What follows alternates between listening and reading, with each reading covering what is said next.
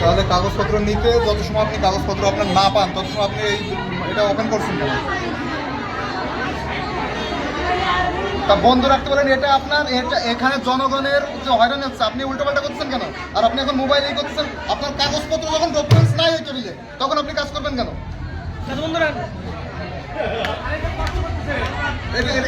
আপনাদের কাছে কত করে টাকা চাচ্ছ? 100 টাকা। হ্যাঁ বলেন।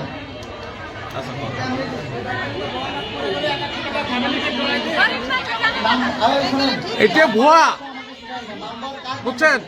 এটা ভুয়া জিনিস, তাই এরা টাকা নিচ্ছে। ভুয়া জিনিস আমাকে টাকা নিতে